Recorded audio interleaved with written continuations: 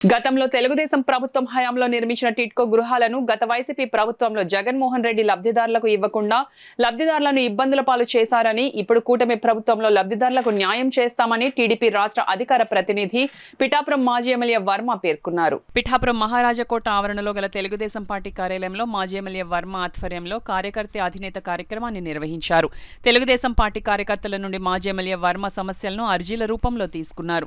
ఈ సందర్భంగా మాజీ ఎమ్మెల్యే వర్మ మాట్లాడుతూ టిట్కో గృహాల సమస్య ముఖ్యమంత్రి చంద్రబాబు నాయుడు దృష్టిలో ఉందని, టిట్కో గృహాల లబ్ధిదారులు ఎవరూ అధైర్యపడొద్దని అన్నారు. ఎక్కువగా టిట్కో ఇళ్ళ మీద కంప్లైంట్లు వస్తాయి. ఎందువల్లంటే అప్పుడు జగన్మోహన్ రెడ్డి 5 సంవత్సరాలు ఇల్లు హ్యాండ్ ఓవర్ చేయకపోవడం వలన దగ్గర మనిషికి 4 లక్షల రూపాయలు ప్రతి ఒక్క మనిషి కూడా లాస్ అవ్వడం జరిగింది.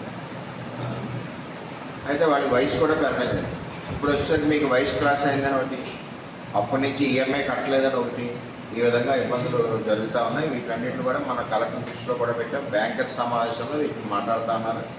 వచ్చిన గ్రీవెన్స్ అన్నీ కూడా మేము అక్కడ పడా కమిషనర్కి కలెక్టర్ కూడా మేము పంపించి వాటిని షార్ట్ అవుట్ చేయడానికి చూస్తున్నాం.